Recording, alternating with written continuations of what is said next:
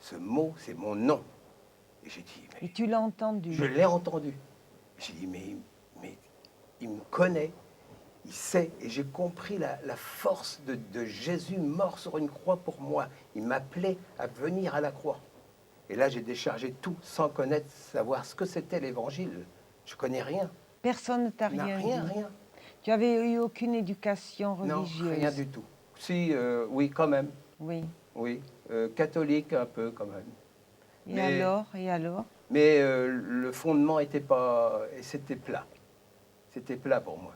Et là, vraiment, quand on recherche Dieu, quand on crie à Dieu, il répond. Il répond toujours. À tous les hommes. Cherchez, vous Et trouverez. voilà, exactement. Et c'était, Invoque-moi et je te répondrai. voilà. Jérémie 31, 31. Alors voilà que tu es inondé de la présence de Dieu. Oui, c'est ça. Et à ce moment-là, tu as 21 ans, 22 ans. 22 ans, oui. 22 ans. Je retourne au poste de garde et je dis, Dieu, Seigneur, Dieu, je dis, il s'est passé quelque chose de merveilleux, je suis transformé, je sentais que j'étais transformé, mais radicalement transformé. Je sentais plus mes souffrances, tout.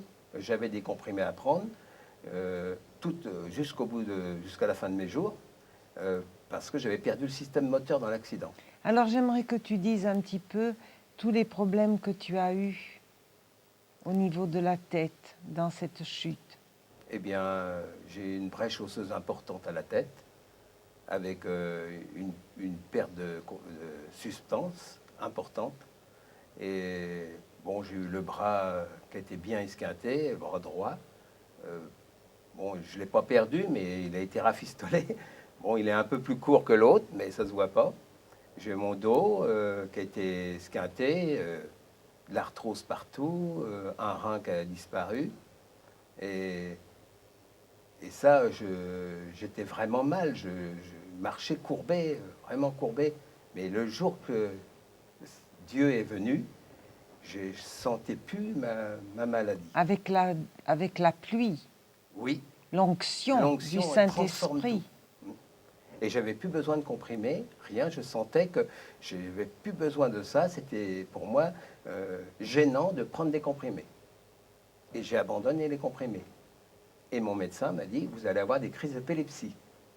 Et depuis, je ne sais plus combien d'années que j'ai rencontré Dieu, et peut-être une trentaine d'années maintenant, ça fait.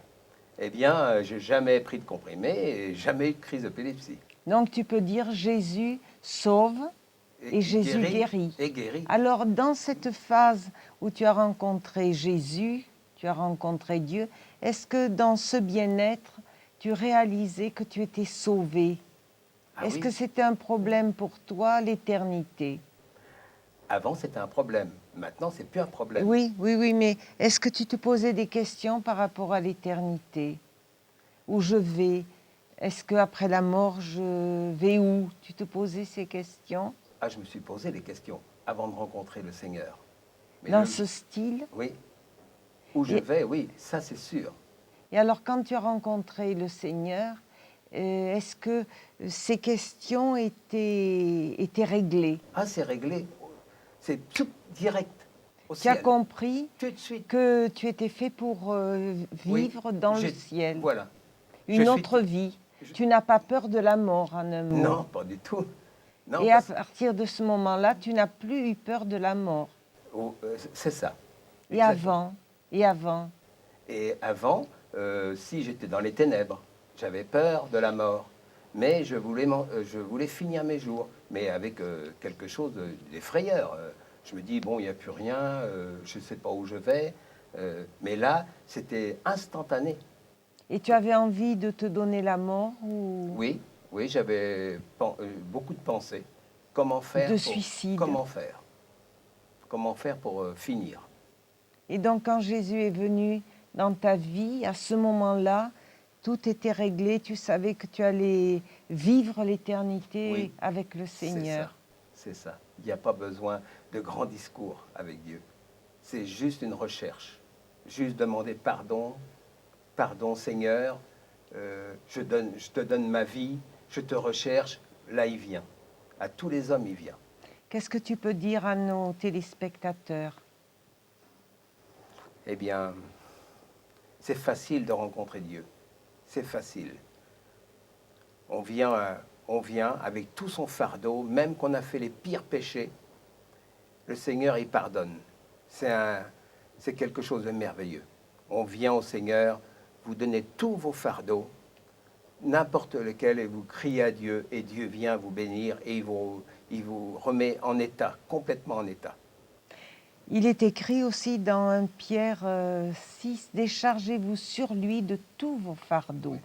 Et donc, tu as déchargé tes fardeaux au pied du Seigneur, ces fardeaux de la dépression, de la santé.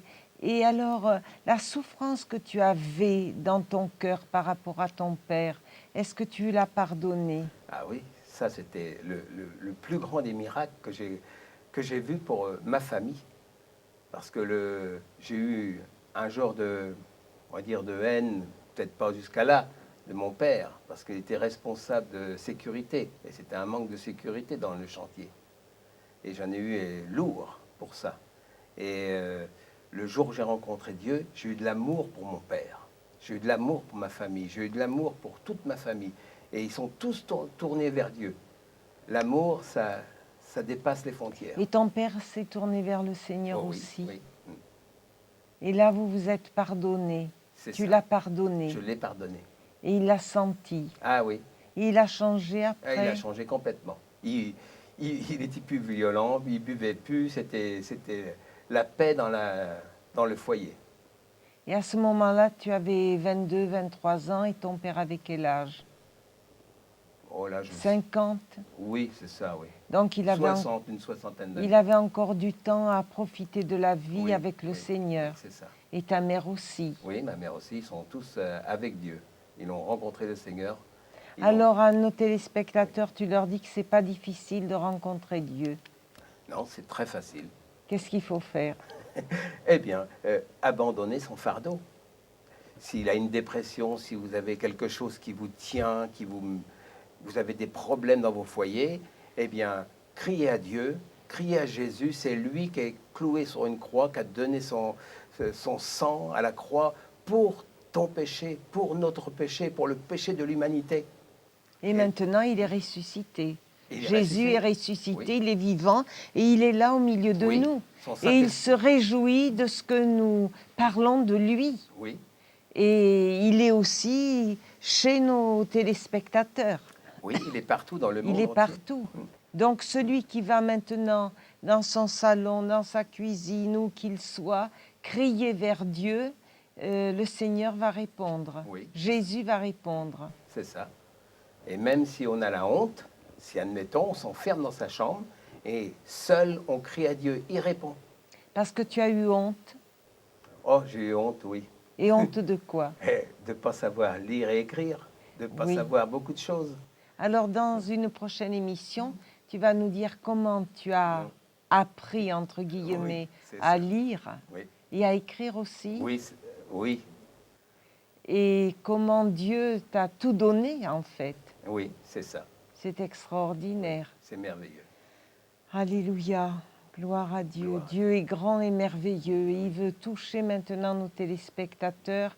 Nous le sentons, nous sentons une présence de Dieu toute particulière. Daniel, maintenant, tu as donné ta vie à l'évangélisation Oui. et tu travailles avec un groupe.